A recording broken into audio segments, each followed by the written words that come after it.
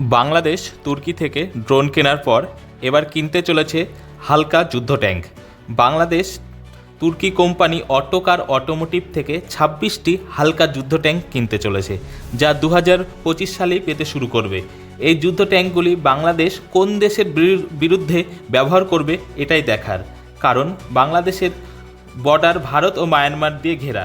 ভারতের যে দেশ শত্রু, সেই দেশের সাথে সম্পর্ক বাড়াচ্ছে বাংলাদেশ। ১২ বছর পরে পাকিস্তানের বিদেশমন্ত্রী বাংলাদেশে আসছেন। তুর্কি থেকে কেনা ড্রোন বাংলাদেশ ভারতের সীমান্তে রেখেছে। এবার দেখা যাক এই ট্যাঙ্কগুলি কোথায় ব্যবহার করে।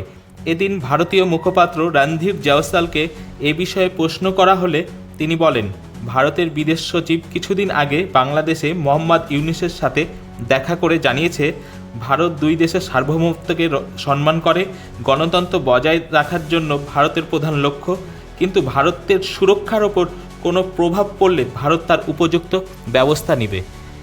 এ বিষয়ে আরও জানতে কলকাতা সমাচার চ্যানেলটি লাইক করুন, সাবস্ক্রাইব করুন ও বেল আইকনটি প্রেস করুন। ধন্যবাদ।